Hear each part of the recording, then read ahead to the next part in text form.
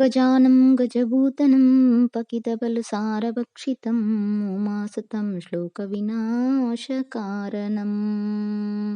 ಸರ್ವಮಂಗಳಮಾಂಗಲ್ಯೆ ಶಿವೆ ಸರ್ವಾದಿಸಾಧಿಕೆ ಶರಣೈ ತ್ರ್ಯಂಬಕೆ ದೇವಿ ನಾರಾಯಣಿ ನಮೋಸ್ತುತೇ.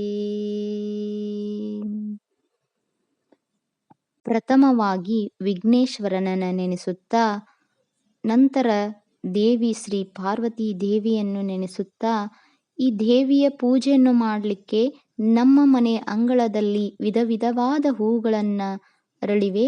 ಆ ಹೂಗಳನ್ನು ಏನು ಮಾಡ್ಕೊಂಡ ಕಟ್ ಮಾಡಿಕೊಂಡು ಈ ರೀತಿ ನೋಡ್ರಿ ಎಷ್ಟು ಚೆನ್ನಾಗಿ ವಿಧವಾದ ರೀತಿಯಲ್ಲಿ ಕಲರ್ ಆಗಿ ಎಷ್ಟು ಚೆನ್ನಾಗಿ ಕಾಣಿಸುವಂಥ ಪುಷ್ಪಗಳನ್ನು ನಾವಿಲ್ಲಿ ಏನು ಮಾಡೋದು, ಇದು ಗಣೇಶನಿಗೆ ಮತ್ತು ದೇವಿಗೆ, ಶಿವನಿಗೆ, ಎಲ್ಲ ದೇವರಿಗೂ ಅರ್ಪಿಸಲಿಕ್ಕೆ ನಾನು ಏನು ಮಾಡ್ತಾ ಇದ್ದೀನಿ, ಇವನ್ನ ತಗೊಳ್ತಾ ಇದ್ದೇನೆ.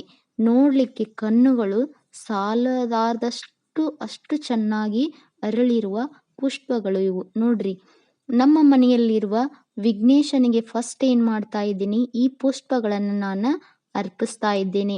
ಈ ಮಂತ್ರಗಳ ಮೂಲಕ, ಷೋಡೋಪಚಾರಗಳನ್ನು ಮೂಲಕ, ಮಂತ್ರಾಕ್ಷತೆಯಿಂದ ನಾನು ಏನು ಮಾಡ್ತಾ ಇದ್ದೀನಿ, ವಿಘ್ನೇಶ್ವರಿಗೆ ಪೂಜೆ ಮಾಡಿ ಹೂಗಳನ್ನು ಏರಿಸಿ ಮಂತ್ರಾಕ್ಷತೆಯಿಂದ ನೈವೇದ್ಯನ ಅರ್ಪಿಸಿ ಅವನನ್ನು ನೆನೆಯುತ್ತಾ ದೇವಿಯ ಪೂಜೆಯನ್ನು ಮಾಡುತ್ತಾ ನಾ ಈ ಹೂವಿನ ಅಲಂಕಾರವನ್ನು ದೇವರಿಗೆ ಅರ್ಪಿಸಲಿಕ್ಕೆ ಇಲ್ಲಿ ನಾನು ಇವತ್ತಿನ ದಿವಸ ಆ ದೇವರಲ್ಲಿ ಎಲ್ಲರಿಗೂ ಒಳ್ಳೆಯದ ಮಾಡಲಿ, ಆ ವಿಘ್ನೇಶ್ವರ ಎಲ್ಲರಿಗೂ ಒಳ್ಳೆಯದ ಮಾಡಲಿ ಅಂಥೇಳಿ ನಾ ಇಲ್ಲಿ ಪೂಜೆಯನ್ನ ಮಾಡ್ತಾ ಇದ್ದೀನಿ. ನೋಡಿ, ಈ ದೇವಿಗೆ ಸಾಕ್ಷಾತ್ ದೇವಿಯನ್ನ ನಾನು ಏನು ಮಾಡ್ತಾ ಇದ್ದೀನಿ, ವಿಘ್ನೇಶ್ವರಿಗೆ ಮತ್ತು ದೇವಿಗೆ, ಎಲ್ಲ ದೇವರಿಗೂ ಕೂಡ, ವಿಷ್ಣು ದೇವನಿಗೆ, ಎಲ್ಲ ದೇವರಿಗೂ ನಾನು ಇಲ್ಲಿ ಏನು ಮಾಡ್ತಾ ಇದ್ದೀನಿ, ಆ ಹೂಗಳನ್ನು ಸಮರ್ಪಿಸ್ತಾ ಇದ್ದೇನೆ. ಸಮರ್ಪಿಸಿ ಅವುಗಳನ್ನು ಮಂತ್ರದ ಮುಖಾಂತರ ನಾನು ಇಲ್ಲಿ ಆ ದೇವಿಯನ್ನ ನಾನು ಬರಮಾಡ್ಕೊಳ್ತಾ ಇದ್ದೀನಿ, ಆ ವಿಘ್ನೇಶ್ವರನನ್ನು ಬರಮಾಡ್ಕೊಳ್ತಾ ಇದ್ದೀನಿ. ಶಿವಪಾರ್ವತಿಯರು ಇದ್ದಾರೆ ಇಲ್ಲಿ. ನೋಡಿ ಎಷ್ಟು ಚೆನ್ನಾಗಿ ನಮ್ಮ ಮುದ್ದು ಗಣಪ ರೆಡಿ ಆಗಿಬಿಟ್ಟಿದ್ದಾನೆ.